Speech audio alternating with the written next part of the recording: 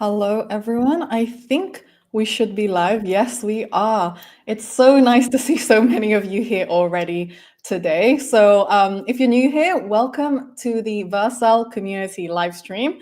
We're so excited to have all of you here hanging out with us for another one of these. If you don't know me, I'm Pauline. I'm one of your moderators for today's session, and joining me is Amy. You've probably seen us around in the community space answering your questions. And so whenever we have this opportunity to connect with our community in this more dynamic way, we're really excited to have to host these just to connect with you all, especially in this live setting. So if you're hanging out with us today, drop a message in the chat and let us know where you're tuning in from. If this is your first time in our community space and you cannot see the chat on the right-hand side of this page, don't worry. All you need to do is sign in with your Vercel account on the top of the page, navigate back here, and click going in the event box to unlock the chat. I'll pass over to Amy to just talk quickly about the guidelines. Hey, so happy to have you all here. I just want to remind everyone to abide by our community code of conduct. I'm going to drop a link in the chat just to make sure you have it, but you can also always find it in the top navigation menu and down in the footer on the community site. Your participation is what makes these sessions so valuable, and we want to keep being able to do them. So let's just keep this a positive and respectful environment for everybody. And now let's jump into today's topic. I want to introduce Simon, who is going to be talking about using V0 to close deals. Over to you, Simon. Hello, everyone. Pleasure to be here. Yeah, I'll just jump straight into it then. So yeah, my name is Simon. I've been previously I've been running a few startups. So basically I've been building digital products and companies. And what I've been doing for almost 15 years is basically specking up problems, finding a solution for it, and then building teams to solve it. And so you build the team, you have maybe maybe 5 junior developers to get the MVP going, and you have some designers and so on, and you need the CTO to manage all of it. And then if you work for yourself, or maybe you spec it up for a client, you're budgeting into the hundreds of thousands to get the project done. It takes years, right? So that's what I've been doing for 15 years. And my workflow, compared what I do, hasn't changed, because I'm still solving solutions and making things. But now I'm just doing everything I did. But I've replaced the designers, the developers, basically every part of that process. I've replaced it with V0. So, and sometimes I can do a project that would take a month or maybe a year. I can do it, sometimes in 10 minutes, sometimes in a day, sometimes in 2 weeks. It's a little bit, you can't always predict, but it's a completely different thing. So I'm going to take you a little bit through the experiments I have been doing in V0 so far. Just a little bit more about me. I'm not a developer, but I've been managing developers for 15 years, so I do understand how tech works. I'm not a designer, and I don't have particularly good taste, but I've been hiring and working with designers and okaying designs with really great designers and okaying designs for a long time. I'm super lazy. I like shortcuts and just getting things done as quickly as possible. Things I'm good at is understanding what people need and seeing what's coming. And I've been trying to build full stack for 2 years using AI alone. But of course it didn't really work for a long time. But since June last year, I've been using the first browser-based web code generation tools that came out, and since then I've been trying all of them basically. So let's dive straight into it. So first thing, I've been doing this since June last year. I've been teaching myself how to build full stack on my own without the team and without the coding, without the design knowledge. And I've been building a ton of apps in my little grotto of a home office all fall. And in January this year, I came kind of out of hiding and started a little community. So I'm mentioning it because I'm drinking my own Kool-Aid. I am building my community full stack. So everything here is built in V0.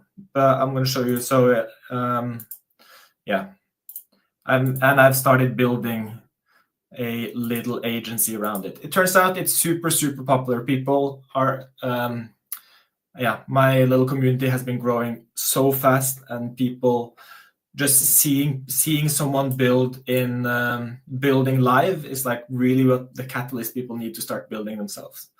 So, and then I've been starting to experiment with like, how can you build a human in the loop development studio where basically what I'm selling is that I'm building stuff with V0, but I mean, it's not like the future you imagined where AI just does everything by itself. We're not there yet, but we're almost there. But you need a human in the loop. So I'm the human in the loop who basically prompts until the AI manages to do it. Yeah, and then but then I'm not only building the front page and the event page, but I decided like I'm going to completely go full stack V0, full personal stack. So I started building also the dashboard. So like when people sign up, they get their, I just push their email to a Firebase database, and then I started building a dashboard around it. And what's really cool about this is that, I mean, I think many people have experiences with CRMs that they are full of features you don't need. They are very hard to navigate, and maybe even whenever you need like a super smart feature, it doesn't always have it. So here I'm just building my own CRM in V0 from scratch. It's quite fun because like I was going to send out my first email and I hadn't got the email campaigns and stuff to work yet. I'm building that in with Resend. So I was like, okay, I need to export my emails. So I just prompt, make me a button to export as CSV. Just before this show, I was like, if I'm going to show this, I need to, I can't show, I mean, I need to keep people's privacy. I can't show all their emails. And so I just prompted my CRM to, by default, hide emails when I come in, and then have a show hide button. So basically, instead of just like having this fully featured thing, I'm prompting my whole stack, my whole CRM, and every feature just as I need them.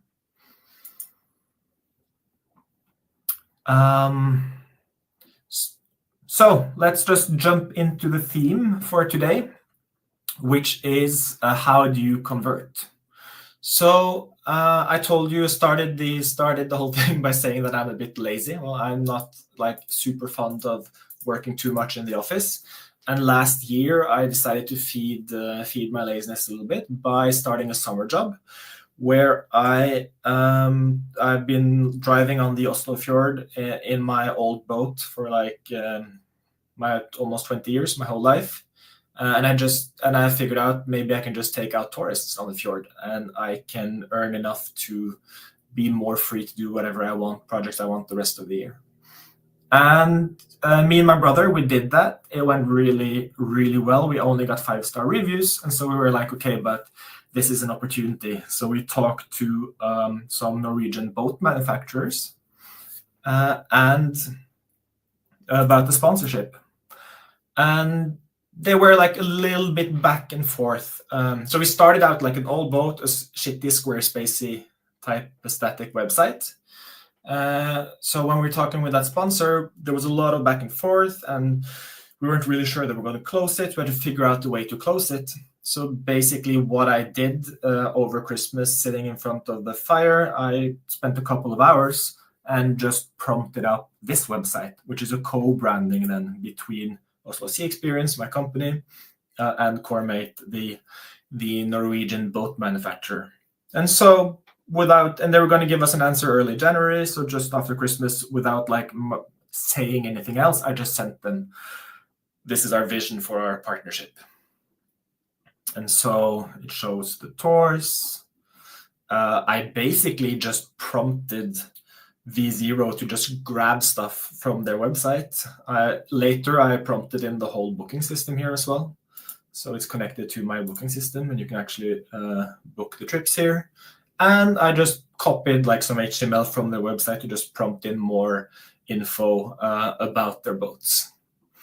And basically a few days later, they were like, okay, how many boats do you want? We're sponsoring you for the season. So we got like a huge upgrade of our boats for the 2025 summer season.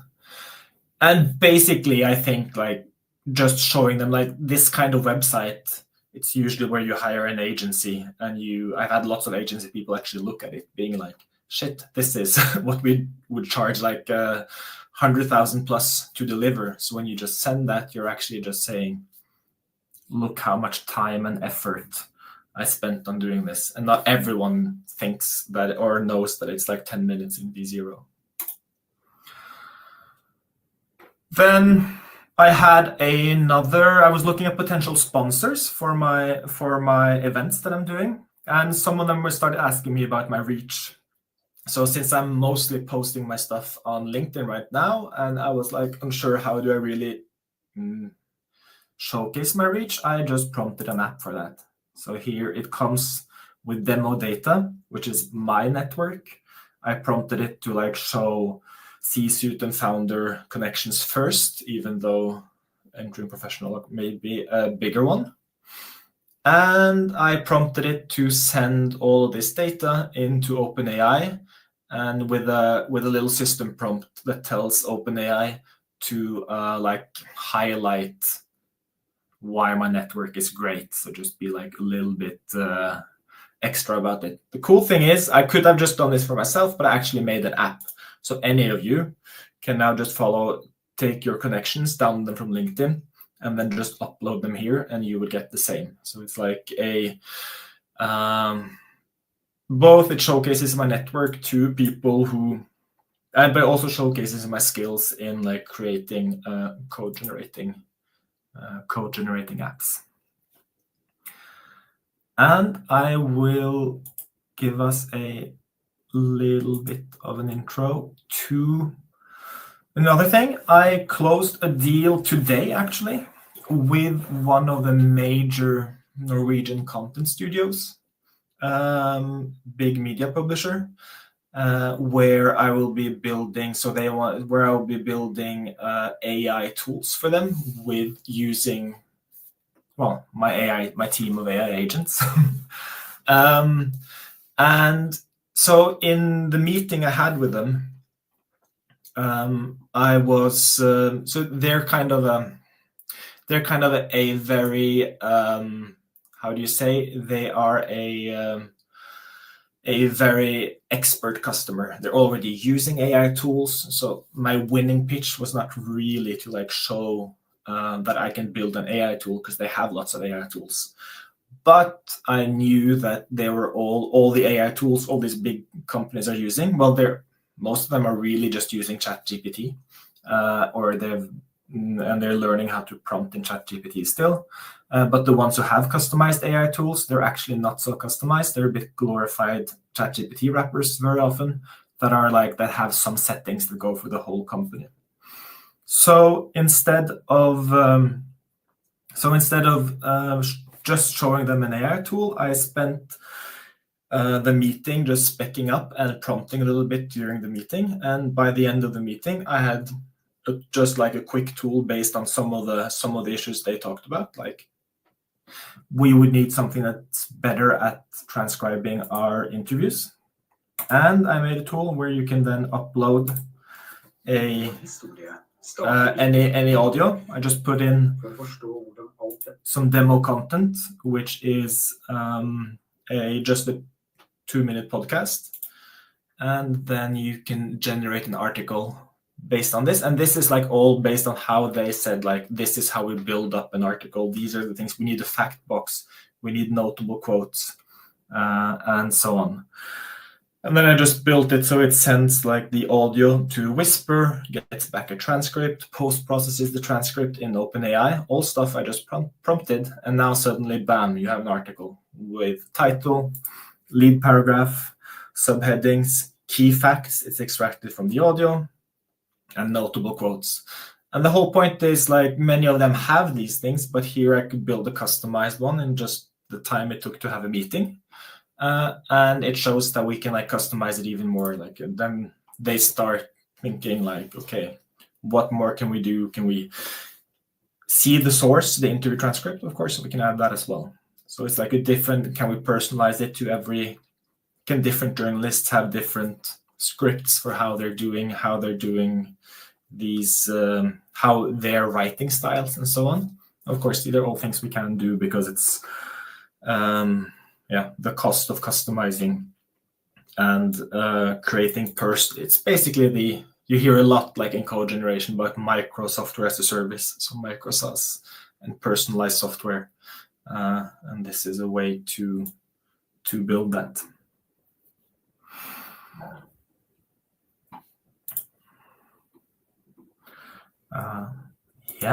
And then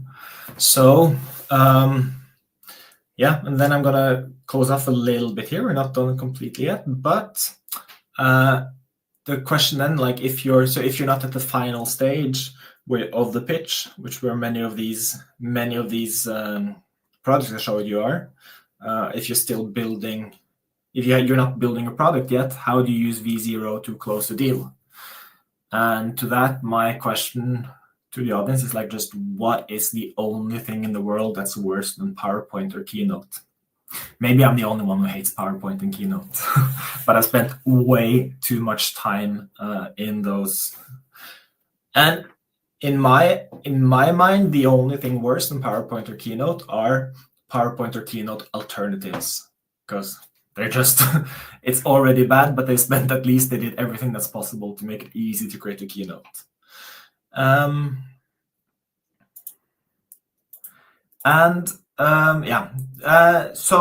my point being is that you can actually use V0 for presentations. So a little bit of V0 inception here. Now, this presentation was actually just built all in V0. As I told you guys, I'm a little bit lazy, so I imported just a layout from a template from the template store that had these little ones, and then these little arrows, and then I just copied a little bit I asked my DevJoy website. So I went into this project here. Let me show you. I went into this project here, and I copied in my, I went in the chat and I asked it to like just print out to me in the chat the code that gives me the design of this page. Basically gave me the code that gives me the design of this page, right? I just pasted this in here. And it automatically just took the template, the layout, and just put it in my web page's style to create the template for a presentation. And then I went for a walk with my dog, and I just posted my thoughts and ideas for the presentation in Apple Notes. And then when I came back, I just pasted whatever I had in Apple Notes in here, and I told it, make this into slides, and also like find good titles for each slide and improve my text. And lastly, the only thing I had to do was just ask it to embed my websites that I built. So we ended up with a live demo of a V0 project, inside a live demo of a V0 project, inside an online demo with the V0 community. So full V0 inception. But the crazy thing, it's all working. It was all just a few prompts. Now, I also started out by saying that I don't have like really good design taste. So this could probably, look a lot better if I had spent an hour or two extra telling it to like use nice fonts, make nice boxes, make it look better. But it's still pretty good, and it's and what I would say is it's also a way to like just present things in a nicer way using V0 by prompting, and you can prompt in a lot of interactive things, right? I mean, one method I'm using sometimes, so one place where most code generators, chats, and also V0, they're really great at coding and design. They're not so good at like crunching numbers. But so if I have a project, I have a different project I'm working on now, where it's with a company who needs a system that does data analysis for them. So they to plan basically their driving routes. And there I took the Vercel file, uploaded it to Claude, which is really good at analyzing data and creating scripts for analyzing heavy files of data. I just took the script that Claude made, pasted it into V0, and asked it to build a website using that. So basically what you could do as well, if I was pitching, now I just sent them the website with a finished app. But if I was going into a pitch meeting, you could basically build those kind of data visualizations based on info you already have into your presentation in a way that's much nicer than what you could do with Keynote or PowerPoint or anything like that. All right, let's keep it short. Amazing. Oh my gosh, that was so good. I really like the end. I wanted to ask in the chat, like, did anyone realize that it was a V0 in a V0 showing V0 projects? Did anyone spot that in the let us know. Also wanted to say thanks to everyone that was engaging in the chat, and hello from literally all over the world. It's really great to have you all here. I actually will start with questions that have come in, and we also have some questions that we've prepared.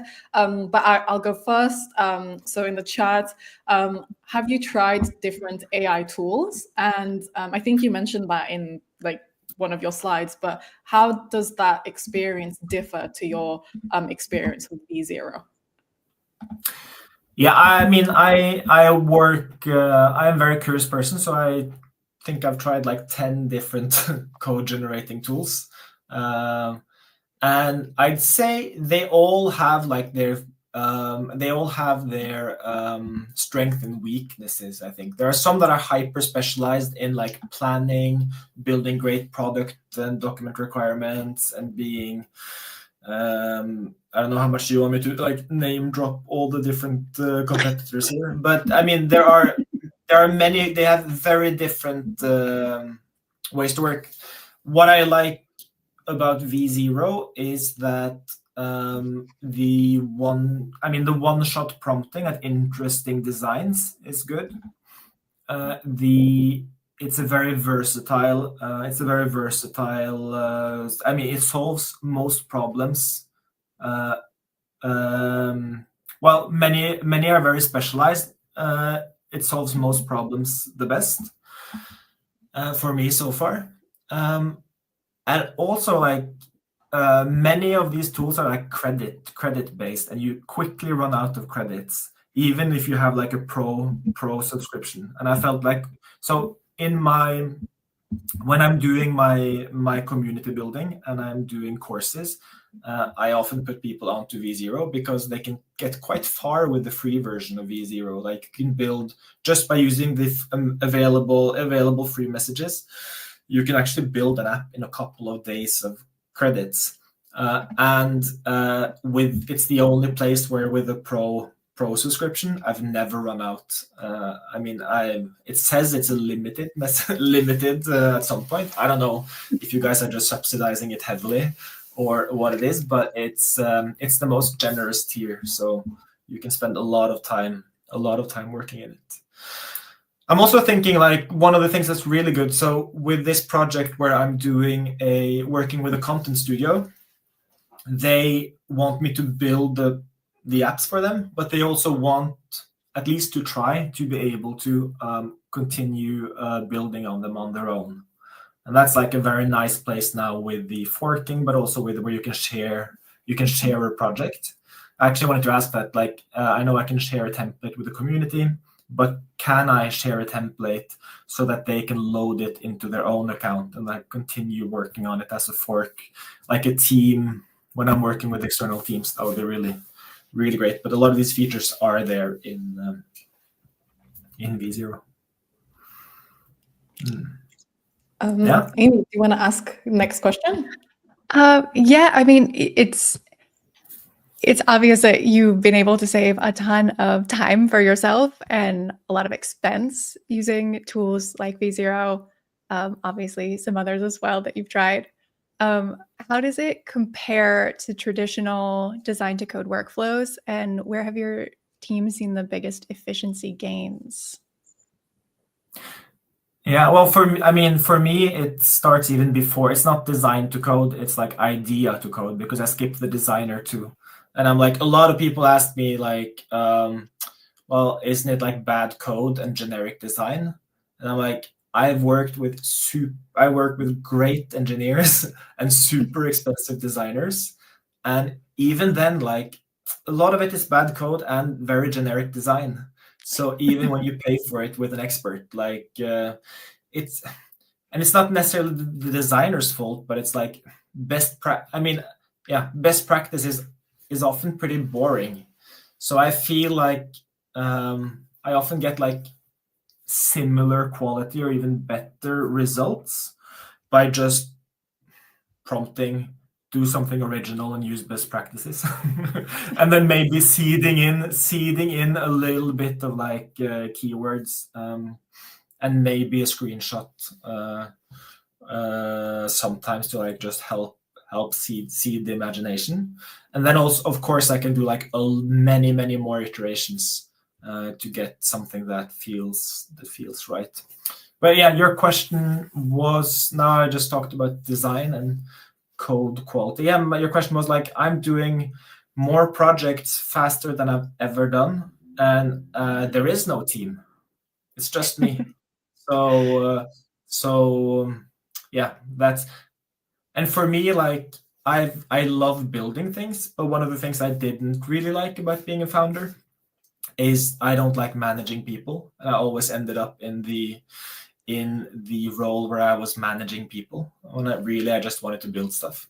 So for me, like being able to build the same way I did before without having to manage people, not just thinking about the expense, but yeah, it's for like $20 a month, you can build stuff that you would, in 1 month, you can build stuff that you would spend years at 100,000 a month to get there. So it's a crazy time.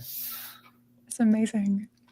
No, that was great. Thank you so much. I think it's really interesting to hear people's perspectives and how they're using V0, like you said, to speed up that like development workflow from idea to development. We have another question in the chat from Riz, who's asked, curious if you have to diligently fact check for the outputs for the LinkedIn network tool. For example, in case it was inflating or downplaying the report it generates, is it always near the mark, or do you have to make manual edits? No. So with this tool, for example, all the data here, that's just a script I asked Claude to create for me. So it just like on device, just breaks down and just parses the actual data that's there. With the OpenAI analysis, to be honest, I asked it to be creative. I asked it to lie a little bit and make me sound better than I am. So it might be full of bullshit. But that was kind of the idea with it. And it just uses the aggregate things here. But so that's like another thing, like when I'm like simple AI text management tools, there's a ton of them and they're very freely available. So when I work with businesses and I try to pitch them ideas, one of the things I am pitching them is like, not that we're just going to take your text, send it to OpenAI, transform it and get it back, but we can actually build agentic backends using V0. So what you could do is well, a better example is my interview, my transcription and article generator, because it uses two APIs, right? First, it sends for transcription, then it sends the transcription for post-processing to create the article. But then I could easily, using V0, add more agents there. I could add an agent that then double checks every part of the article against the source material, the transcript, to check for any hallucinations. I could use a different model to do that. That's more like accurate and so on, and less creative. So I think, yeah. So I think like if you're thinking like, how can you use V0, for example, to sell services as an entrepreneur? It's like, it's trying to think about more complex solutions with agentic backends. They sound difficult, but they're actually pretty easy to prompt if you know what you're looking for. And that's like a kind of solution that companies need to like hire experts to do, or they need to use some drag and drop agentic models, but that's also limits. There's also limits to how you can do it, but here it's completely unlimited almost. That's awesome. I'm also wondering, because we keep talking about, ways that you can go straight from your idea to the thing you wanted to build without all of the managing people, hiring a huge team, trying to find some other agency that can build something for you. Do you have any tips on better prompting, how just anyone can build what they want to build? Yeah, so I got a little bit inspired by what was her name? The one who was speaking at last community call. Flo, yeah. So, I mean, it seems to me like she has more like of a designer background and so on. And so I really loved like how a lot of her apps were like not just like strictly, they were more free flowing, right? And so I was like, okay, I want to build apps like that too, but I don't want to copy her app. So what do? Well, I go to like ChatGPT or DeepSeek or any of these who can take image prompt. I took a screenshot of a couple of her apps, and I put it in there, and I asked it to like look at the app and describe the design like a designer would use it. And then it described, I don't remember exactly, but it's like more free-flowing objects, and yeah, it just gave me like the designer lingo to like describe those kind of apps. And then I just started using that lingo in in prompting of some new apps I was doing to like get not a copy but the same way of thinking. And you can do that with any website you like, really. So, but like learning more specific language. So you don't need to be a designer, you don't need to be a developer, but learning more specific language is very helpful. That's why like the V0 has started the new reasoning feature is very nice in that way, because then you can, for example, you're going to say, you post in some data and you say, I build me a website that analyzes. Now I'm like coming from like a non-developer, right? Then build a website that analyzes this kind of data. Then in the reasoning, if you follow the reasoning, you'll see it's going to say, well, I will parse the data to create a table where you can filter outputs or sort it by different values and blah, blah, blah. So now you're empowered. Now you're learning this lingo, right? And if you can understand what the reasoning and what that lingo means, you can be like much more precise when you're prompting new functionality later or new designs. So that's a way of like knowing nothing, how you can talk to the AI and listen to the reasoning to kind of learn how it's thinking like a designer or thinking like a developer. I was going to say that's so great. I think the more I listen to these kinds of examples, the more I'm like, okay, it is more of this like intentional approach of like, how do you prompt it? Like mindfully thinking how, like the right questions, the right prompts to get to that result that you want. And I didn't even think about that. So I'm going to try that for my next project for sure. Think like a designer, think like the best designer. What would they do? How would they approach this? This is really, really great. We have time for one last question. Just say one more thing. There's like, it has reasoning right now, but often like ask it when it does a change, ask it also to tell you in chat why it's doing it and how it's thinking, because then you're going to prompt extra reasoning, and usually it solves the problem better if it does it as well. That's really good advice, especially because I feel like a lot of folks who use AI for the first time, they're just writing one single line of do this, and they don't get what they want, you know. But it is a balance. Like I feel like it's like a bit 50. So one thing is being precise about what kind of functionality you want. But if you get like too controlling, like saying use this tech stack or use this language or use this design framework, then very often you're kind of, I'm trying to figure out the right words, but you're kind of forcing the AI into a corner where it's not that familiar sometimes. So you have to kind of find words that describe what you want precisely, but that describe a vision or like where you want to go, not how to get there.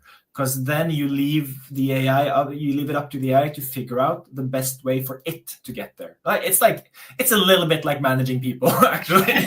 You have to like empower them to find the right way to get there.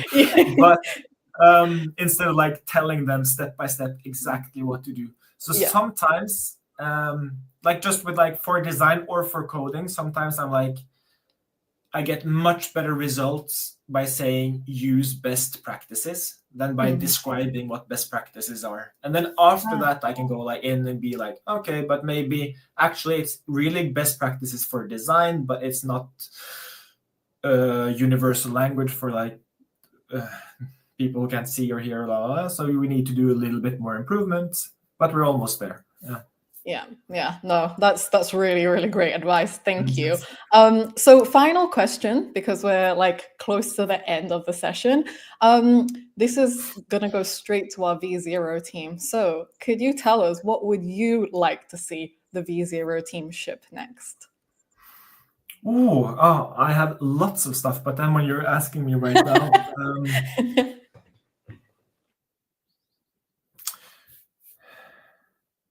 like what would I like to see being shipped next?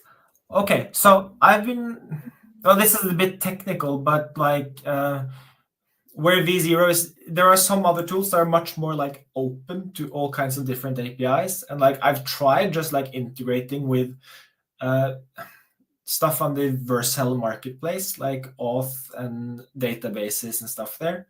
And that's, for some reason, V0 doesn't support Vercel's own database solutions.